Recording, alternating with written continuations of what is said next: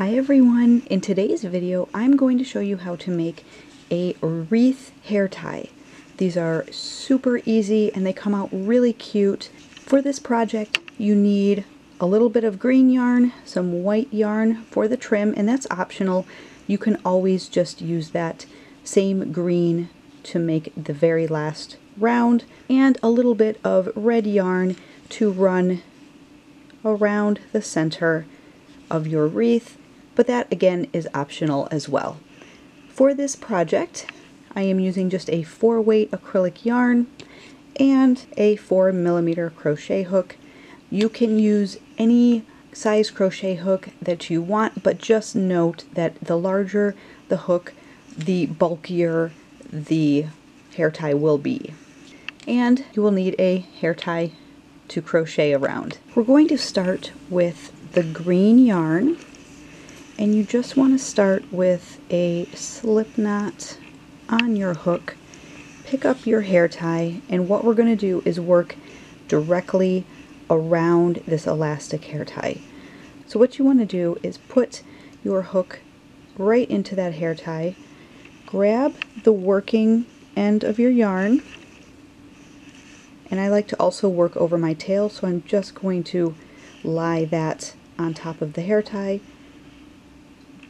You're going to pull that working yarn up and through and just single crochet to secure it. I'm going to chain 2, and what we're going to do is work half double crochets all the way around this ring. There is no set number, you just want to fill up all of that space. So every once in a while stretch it out, make sure there's not much of that white hair tie showing.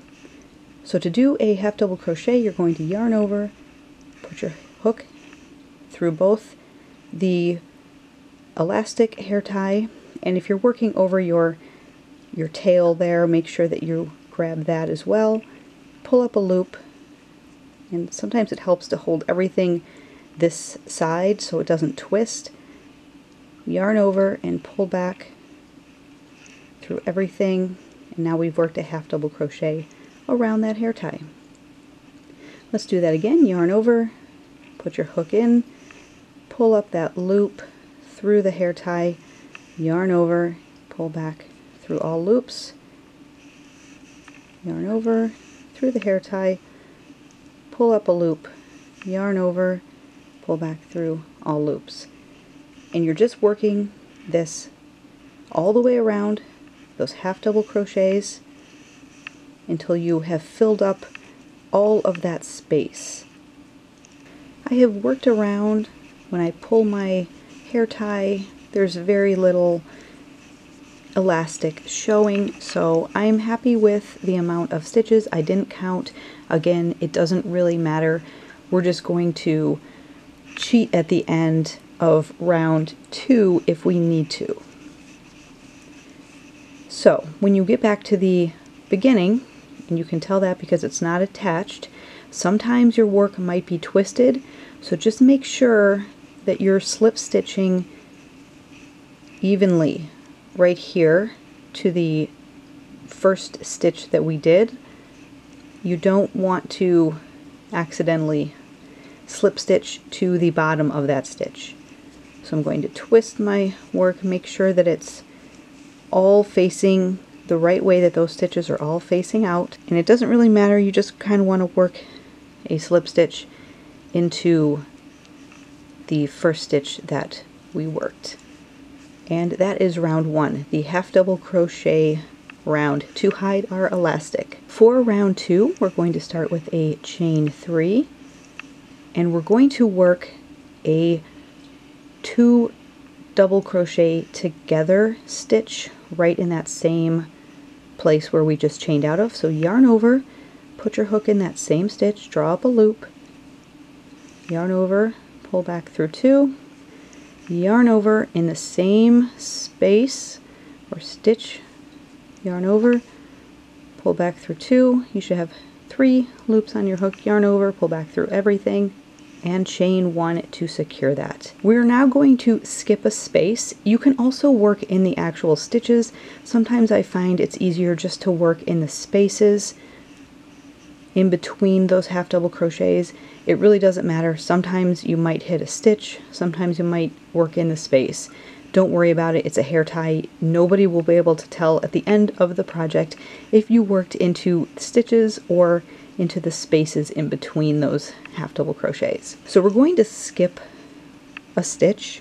So here's where we worked, right here. I'm going to skip this one and work into the next one. 3 double crochets together. Again, I don't care if I get in the stitch or the space. Yarn over, pull back through 2, yarn over, go in that same spot that you just worked into, yarn over, pull back through 2. We're going to do that one more time, yarn over, into the same spot, go in, pull up a loop, yarn over, back through 2. You should now have 4 loops on your hook, yarn over, pull back through all 4, and chain 1. So here's where I worked. I'm going to skip one, and I'm going to go into the next and do the same thing.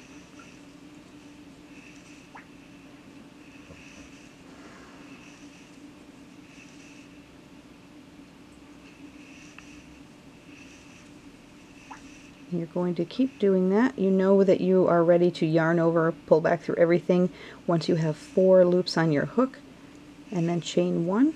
And just keep working this all the way around. When you get back to the beginning, you're going to want to slip stitch into that first chain 3 that we did. If you find that your last cluster is either too close or too far away, you can kind of cheat this. Add another cluster, chain 1, and then slip stitch. It just kind of depends how many stitches you actually had for these half double crochets, and while it doesn't really matter, you do want to just try to get close. You don't want a huge space here, so you don't want to finish up here, chain 1, and then have this huge space. But I will show you that once I get around to this point. So I'm back near the beginning. I've still got a few stitches left. I'm going to go ahead, skip one, work another 3 double crochet together,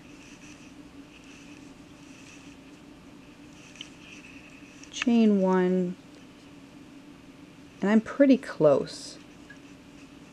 So I think I'm just going to find the top of my chain 3 and slip stitch to join. And now at this point you can fasten off the green. I like to leave a long tail to weave in, especially on hair ties and scrunchies and things, just because they get more wear and tear and more pull. So you really want to make sure that you have your tails and ends woven in really securely. We are now going to grab our white yarn. I'm going to start with a slip knot on my hook, but I'm going to take my hook out and I'm going to find any chain 1 space. So any space in between those cluster stitches, put my hook in, put that white yarn back on my hook, and just pull that up like that. I'm going to chain 1 and then just slip stitch right back into that same chain 1 space. Now we're going to put the little white accent as if snow has fallen on the wreath.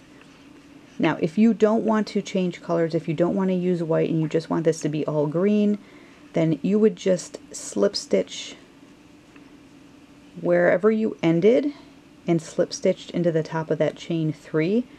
You would just slip stitch over and slip stitch into the next chain 1 space, and you'll be right here with us. Into the top stitch of your cluster, and sometimes these can be hard to tell. Sometimes it's that stitch, sometimes it's this stitch. Either one, like I said, it doesn't really matter. You want the stitch that sits right on top of your cluster stitches. You're going to work a single crochet, a double crochet into that same stitch,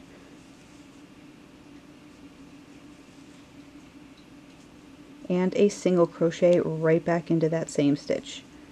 And that will create a little bit of a ruffle look. You're going to find your next chain 1 space and slip stitch into it. And you're going to repeat this all the way around. So find your next stitch that sits over top of your cluster, single crochet, double crochet into it, and single crochet into it. Find your next chain one space and slip stitch. And you're just going to work that all the way around until you get back to the beginning of where you started. So I'm back around. I've got one more cluster, so don't forget that last cluster to work into the stitch right over it and put some little snow ruffles.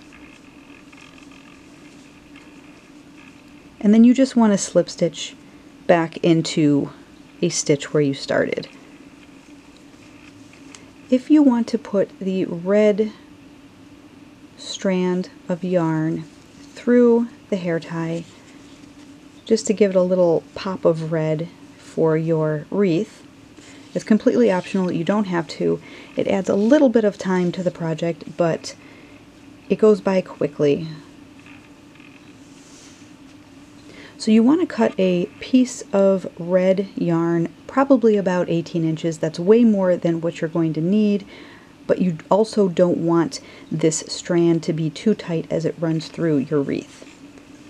So I'm just going to flip mine over. I always like to work kind of on the back side. I'm going to find any one of those spaces in between those clusters, put my needle in, and come up through the next space and just pull that all the way through. You want to leave quite a bit at the end. Most of that you will cut off, but you do want to have enough to secure it and weave in as you need. You're going to find the next space, put your needle in, and then come up through the next. So you're basically just weaving this through, in and out, around those cluster stitches. And don't pull too tightly. Like I said, this needs to be somewhat loose, not too tight, just right. If you pull too tightly, then you won't be able to see it. It'll kind of cinch everything up. So just keep weaving in and out around those cluster stitches, and then I will show you how to finish off at the end. I have just weaved all of my red around. I'm just going to pull it a little bit snug, not too tight. And all you need to do is just tie a knot. So I'm just going to tie a knot. Now if you want to tie a bow or something, feel free, kind of play around with how you want to do that. You don't want to, when you're doing your knot though, you don't want to go too tight because then you're going to cinch everything together. Do that one more time. Now I've got my red running through. You can cut all of your tails. I like to leave a little bit of this red just to kind of weave in as close as I can in between some of those cluster stitches, just so it doesn't go anywhere, and then I tie another knot or two, and then I cut them close. And once you have taken care of all of your ends, you will have a little crochet hair tie wreath, perfect for the holidays, and it comes out super cute.